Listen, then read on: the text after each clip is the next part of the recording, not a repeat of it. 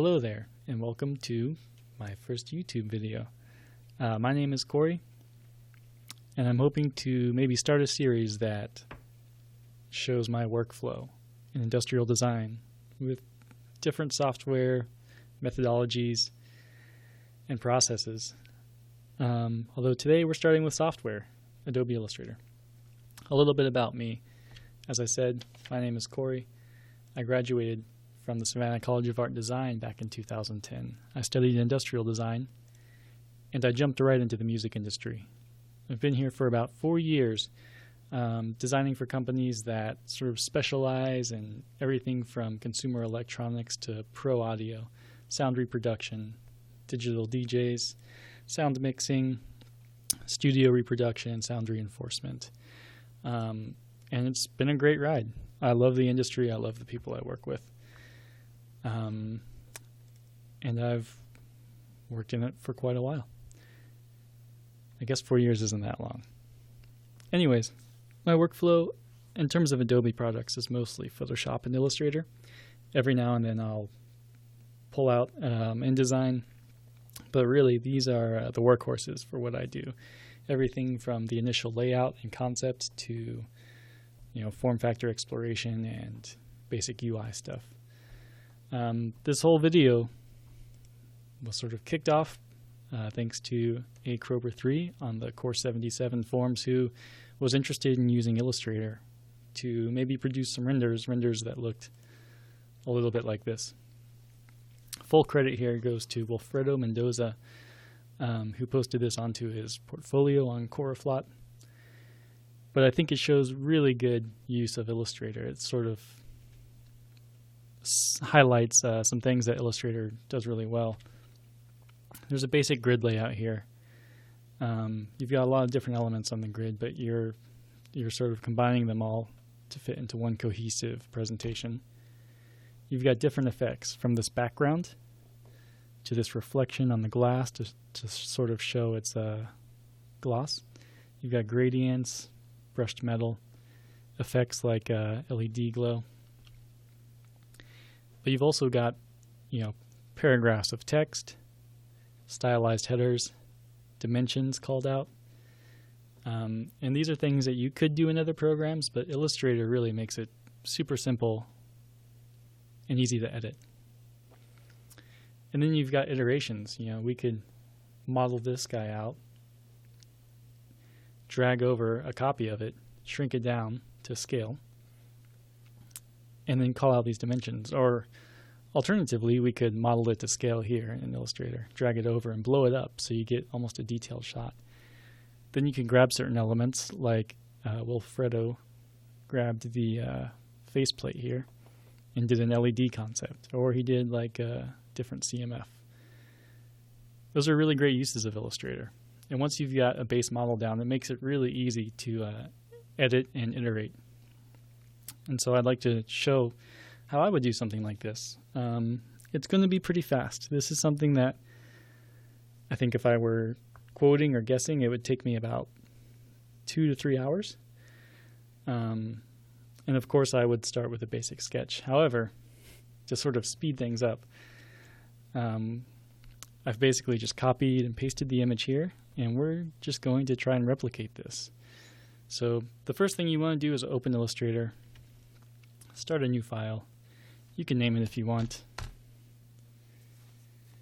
And the first thing I just habitually do, and there's probably a setting to do this automatically, is hit Control-R to get my rulers up. I like working in millimeters, so I'm going to go up to the corner here, click millimeters. And then I'm going to edit the artboard. Actually, I'm going to work on this file here because it's what we'll be working with today. So to edit the artboard is this sort of white bounding box on a gray field. The gray field, the two big things that separate sort of the artboard from the background are, well, the one thing that really bugs me is, say you're trying to have two things snap together. In the artboard, it happens pretty easily. When you're outside of the artboard, sometimes it just doesn't happen at all. And of course, it seems like right now it's happening. Anyway, you want most of your action to happen on the artboard. The background is great for sort of figuring things out, making random shapes that you'll use as cookie cutters or cutouts. So let's get the artboard to size. I hit Shift O, and now I can use basic transform tools to sort of square this off. I'm snapping to these edges because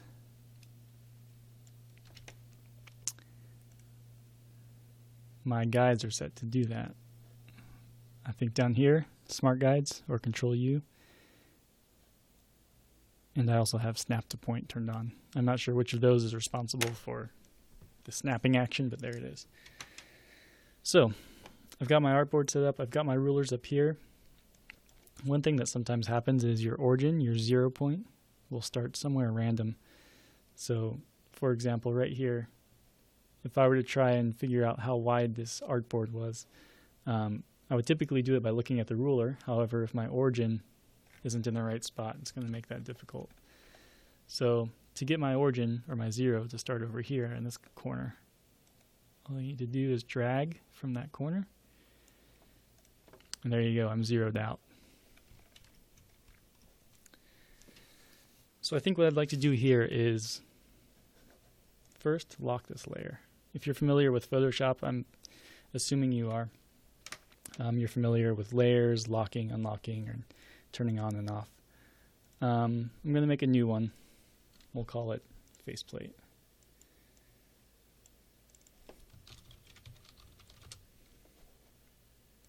Usually I have 2 monitors set up.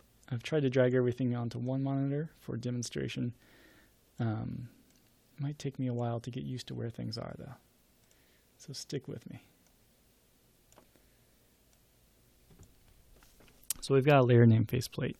It's a blank layer, but it's different from the layer that this pasted JPEG is on. I can turn that on or off, or I can just lock it. So what I'm going to do is make a faceplate. And for now, I think I'd like to focus on this 2:1 scale model. It's bigger, it should be easier to copy. And I'm going to block out the separate materials in this case. We've got 3-ish main materials, or main groups. We've got the watch band, a soft rubber. We've got this metal faceplate and rim, the border, or the body of the watch. And then we've got the watch face itself. You've got glass, which goes over, a couple other materials, maybe plastic, metal, and other components. But those are sort of the 3 main groups. So I'm going to create 2 more layers. Faceplate, let's do a watch band, and I'll create another layer. Watch face.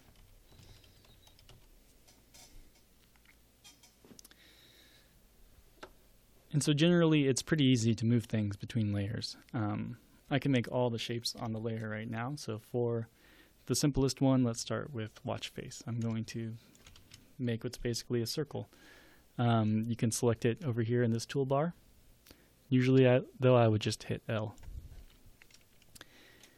Roughly get to the center of it, hold down Alt and Shift, and drag out a circle. I'm going to go basically to just where that red line is. Let's make this something that's easy to see, pink.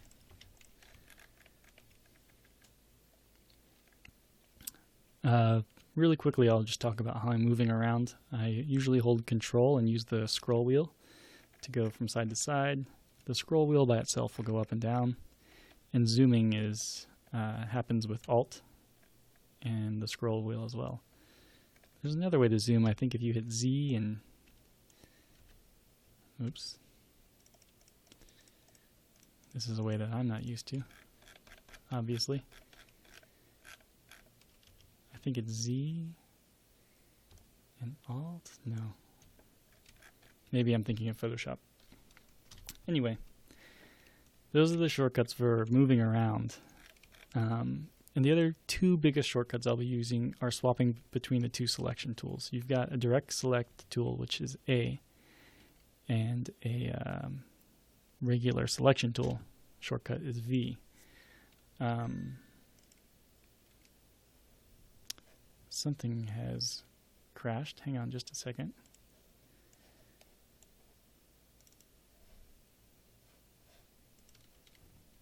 Okay. You can also try and watch down here for my clicking. Whatever shortcuts I use should show up down in this corner. I'm hoping that comes through in the video. So swapping between A and V, you can select sort of different tools. If you're familiar with Photoshop, it's pretty similar. If I want to select this whole object, I could hit V and sort of tap anywhere in the object. If I wanted to maybe change this ellipse up by selecting one control point, I would use the direct selection tool. Directly select that object or that control point. So this is the faceplate. It could be more perfect. Always. Great, easy enough. That's blocked out. We're not going to worry about the components at this point. We're just blocking out for materials right now. Faceplate done, or watch face done. I should have named those something different. Watch band. So we've got a circle for the watch face.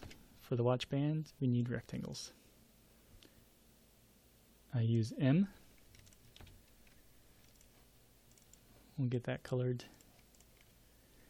And then to replicate this, I'm just going to hold down Alt, click, and drag down using Shift. And that gives me a copy of whatever is selected. The nice thing is you can select multiple things, still copy. Or if things are grouped by selecting two, hitting Control G to group them, they will copy over. I'm actually going to ungroup these just so I remember. Okay, watch band done. Watch face, finished. Now we've got the faceplate. The faceplate can actually be split up. If we look over here at this profile shot, it's all metal. It's probably some sort of molded metal or cast. However, I'm seeing sort of two different textures here. There's a brushed texture right here, and this one seems to be more matte or sandblasted. So we've got the faceplate, and then we've got the brackets as two different textures. I'll split these up to their textures, so I'm going to make one that's for brackets. Now we're going to get into the fun stuff. What I could do, since these are concentric circles, I can select the watch face that we made.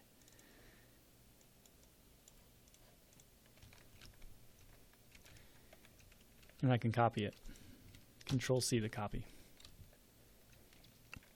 And I can paste it in place. And instead of hitting Control V, which would just plop the copy down sort of in the middle of my screen, I'm going to hit Control F.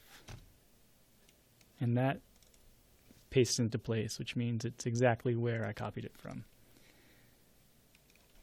I'm going to move that down to the faceplate layer. I have a shortcut set up for me to select an object and select a layer. I then hit Control W and it goes to the layer I've selected. Now I'm going to turn off the... Actually, I'll just keep the watch face layer on so I can see where it is. And I'm going to pull out that concentric circle. So we've got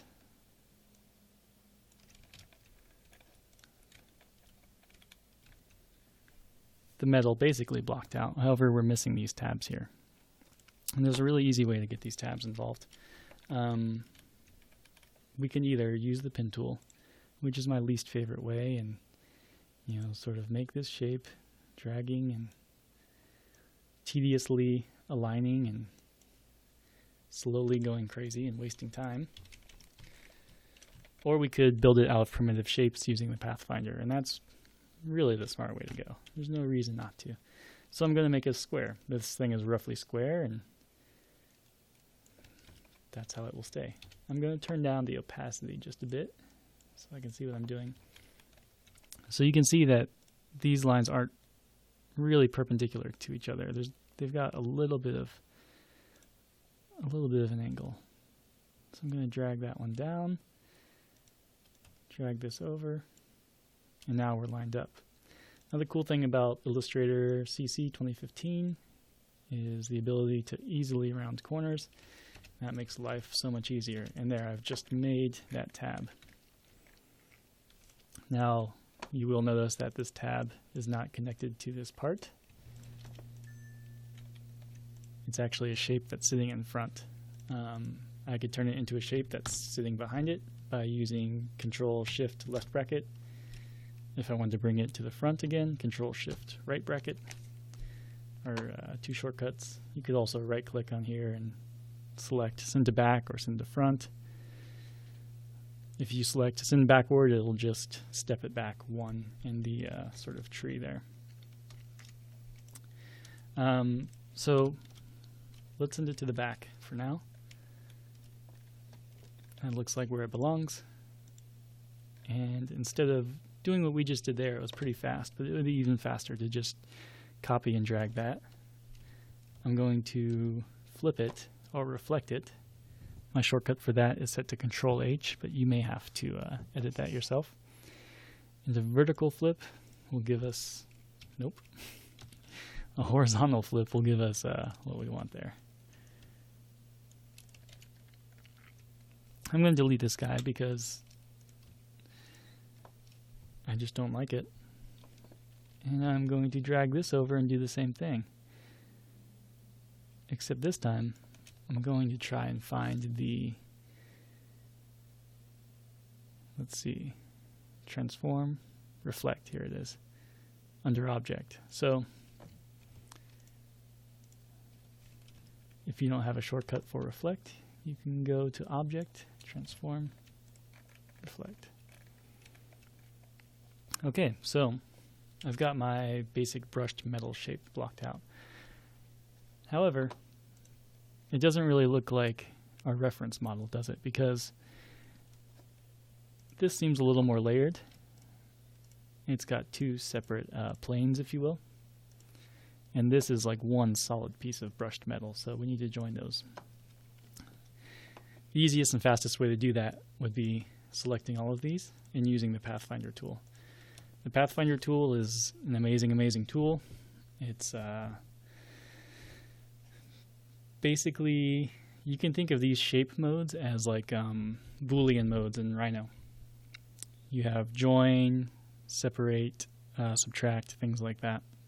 And they work in a similar fashion. So join will basically just take all of these, which I'm going to make a copy of and demonstrate over in the background area.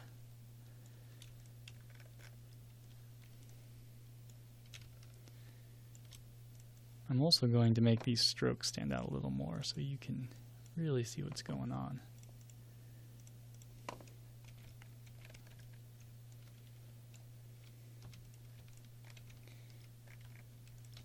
So these are two copies of the same thing. I can go into an outline mode that shows me exactly what the shapes look like without any effects or colors applied. And I do that by hitting Control-Y. So you see what's going on here. We've got the four tabs, the one basic shape. If I wanted to join these all into one shape, which I could then edit, I wouldn't have to select each individual shape to control the stroke and the fill and all that. I would just select all and hit Unite. There, that gives me one shape, nice and easy. And I can still edit the shape itself. However, if I wanted to change maybe just the size of this, it would be a little more difficult now. Or if I wanted to change, maybe one tab to be a little bit smaller than all the others, that would be a little harder to do because these shapes are all combined into one mega shape. So my preferred method would be to use a compound shape. And the compound shape basically is one shape, just like this guy, made up of multiple shapes. So let's unite them into a compound shape instead. Select all, hold down Alt, and hit Unite. And that gives you a compound shape. You'll see it looks exactly like the united shape here, although a compound shape still has all the editing abilities of multiple shapes sort of grouped together. So if I wanted to make those changes I was talking about, maybe this needs to be smaller. I can now use my direct select tool and selection tools to sort of edit with regular transform options. So to do that, I would hit A, use my direct select to pick a shape, whichever shape I wanted to edit in that multitude of shapes. Then I would hit V to bring up my transform bounding box. Make that a little bit smaller. And there, the stroke is maintained, the fill is maintained, and it's all one big shape. Pretty cool. We could even use that over here after I delete those guys. Let's make a compound shape like I just demonstrated, holding down Alt and Join or Unite. So it's great. We've got this compound shape. In front of it, on a different layer, we've got the watch face. But to make things more representative of what's really going on, we've got a piece of metal around here that acts more like a rim. It has a hole in the middle, and through that hole you see the watch face, and you see all the components. So to copy that hole, I'm going to copy the footprint of the watch face here by just copying that shape, Control-C. And then I'm going to paste it into place, Control-F. So what I have now is this. And I can do another compound shape function that basically subtracts this circle, this watch face circle, from this sort of faceplate metal part. And it's the same principle. I could click right here on minus front, and actually nothing happens because this is a compound shape. Pretend that didn't happen. The smart way to do this would be to select the compound shape and the shape I want to subtract. As long as the shape I'm going to subtract is in the front, there won't be any problems. So hold down Alt, and now we have a compound shape that sort of shows us, a representation of what that metal part would actually look like. You get the transparency of the hole through here, and you also get the rim there. To expand that, or to turn that into something we can work with later, we are going to expand the appearance, and that basically is sort of like a outlining of text, where you just expand experience. I have a shortcut for that as well, but it's under object there, and now it turns it into one shape. So these two look the same, however this retains all of its editing abilities. I could round that corner out less. I could move that. I could make this hole smaller using transform tools. It's a lot harder to do those two. Although this is more lightweight and it's easier to sort of keep track of. So we're going to keep that as a compound shape for now. I'm going to turn off the watch face, and I'm going to make this into a basic gray.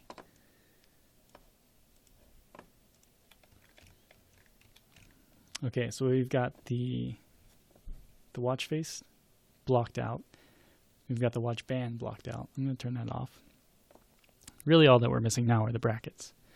And the brackets are going to be done in the same exact way. I'm going to use compound shapes to really get this. This is a little bit of a complex curve. You've got a rectangle here, and then you've got a cutout of a weird shape going on. I'm going to get rid of this fill.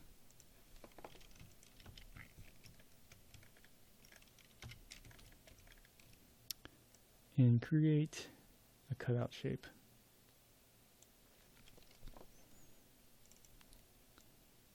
We'll give the cutout shape a different stroke.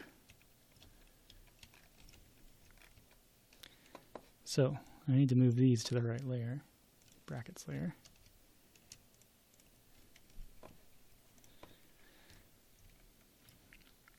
And so the easiest way to sort of cut out this weird compound curve would be to create a compound shape.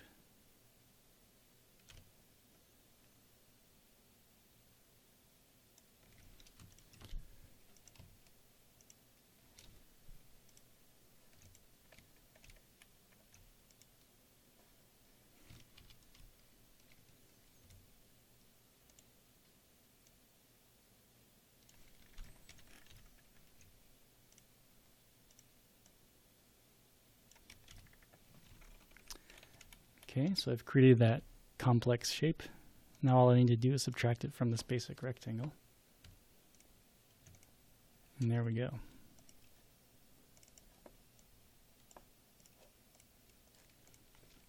You will see that it's sort of in the wrong plane. And that's because of the order of our layers. So once we adjust that, it gets pushed to the back. And when the watch face is turned on, you won't see that bracket back there. Although we could easily subtract that too. So why not?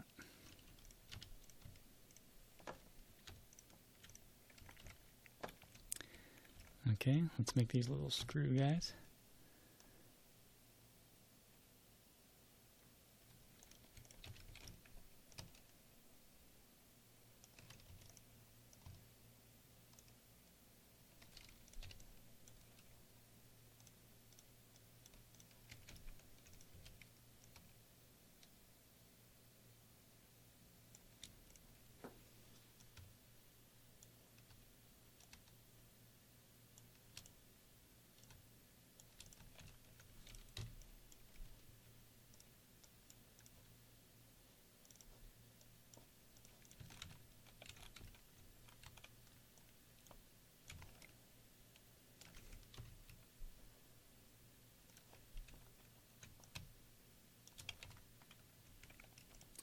Okay, now this bracket has really everything I need to do the top one. So instead of redoing everything I just did, I'm just going to copy and paste it. So select all of those. I'm actually going to expand this shape here. It's not too complex. I won't need to edit it. Now just hold Alt, drag up, reflect.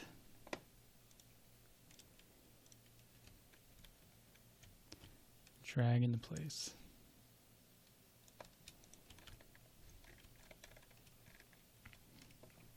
Okay, we're coming up on 30 minutes here. The last thing I really need to do to block out this shape is to get this sort of rim right here, this ledge. I'm going to do that on the faceplate layer. And I'll just make sure it stays sort of behind the main plane so it doesn't distract. That's kind of funky.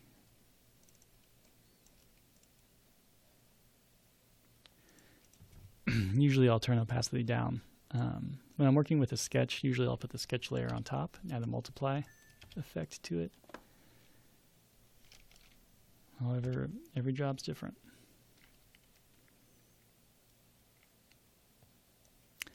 So for this, I'm going to be using an effect I haven't used yet, and that's an intersect. And what that looks like, you're about to see. So I've got these two shapes that sort of define the ledge I want it to. I want the outline, or I want the outer edge of this circle right here.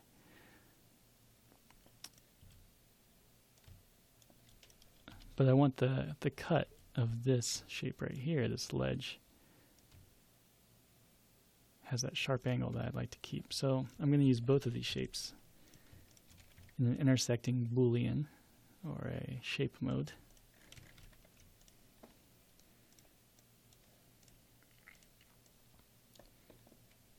which is right here. I'm going to hold down Alt so I still have a chance to edit if I need to.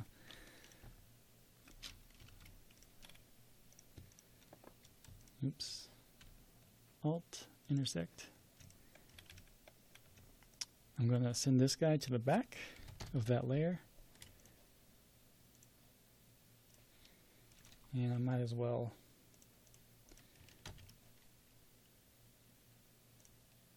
copy him too.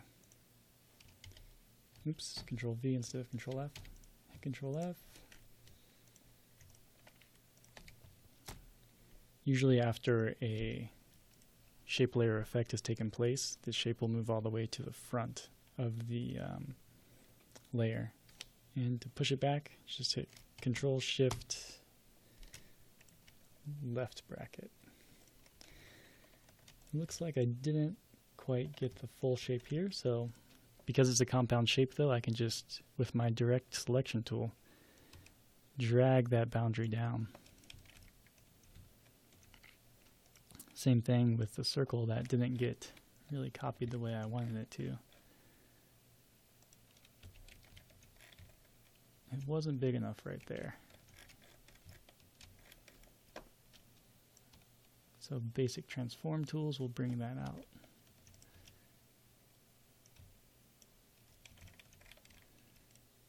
Okay. So now we've got this really kind of complicated compound shape, all for that little piece of metal. I'm going to expand it because we should be done with editing it for now. And then I'm going to give it a similar color, maybe just a little bit darker so I can keep track of it's a different object. Oops.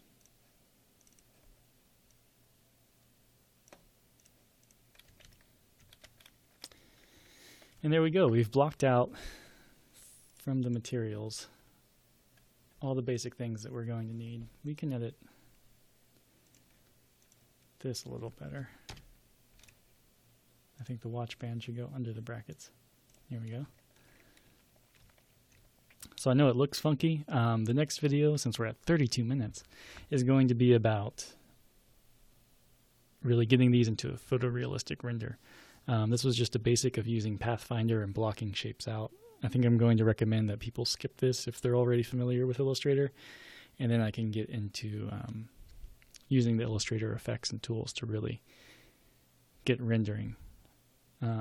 Although for spending about 30 minutes, getting a blocked out shape like this is pretty good time. Compared to using the pen tool, it would have taken me probably a lot longer. So until next video, I hope you enjoyed this one.